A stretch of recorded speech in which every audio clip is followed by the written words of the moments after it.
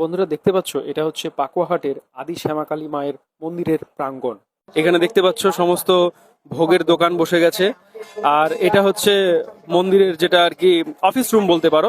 আর এই যে এই জায়গাটা যেটা দেখছো তোমরা, এই জায়গাটাতে নাকি বলি হয়, অসংখ্য বলি হয় এই জায়গাটাতে প্রত্যেক বছর।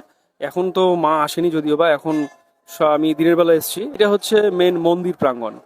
এই হচ্ছে মন্দির প্রাঙ্গণ, এই হচ্ছে মন্দির, পুরো মন্দিরটা দেখতে পাচ্ছ। আমি তোমাদের সম্পূর্ণটা ঘুরে দেখাচ্ছি। এইদিকে অনেক লোকজন, এখানে নামের লিস্ট আর কি করা হচ্ছে, কে কি জিনিস দিচ্ছে না দিচ্ছে সেই সমস্ত জিনিস সব এখানে ঠিকঠাক করে রাখা হবে। দেখতে পাচ্ছ কত ভিড়, বেশ ভালো পরিমাণে ভিড়। লাইভ টেলিকাস্ট হচ্ছে, এটি কিন্তু দেখানো হচ্ছে, ওইখানে স্ক্রিনও রয়েছে, স্ক্রিনে দেখানো হচ্ছে। ভিড় দেখো ভাই, এর আগে কোনোদিনই আমার আসা হয়নি, বেশ প্রথমবার আসলাম। এবং আমার বরাবরই মায়ের মন্দিরগুলো খুব বেশি ভালো লাগে, এবং প্রথমবার এসে আমার সত্যি অসাধারণ লাগছে, অসাধারণ অনুভূতি। তোমরা এর আগে কে কে এসেছো মায়ের মন্দিরে, পাকুয়াহাটের এই আদি শ্যামা মায়ের মন্দিরে, অবশ্যই কিন্তু জানাবে।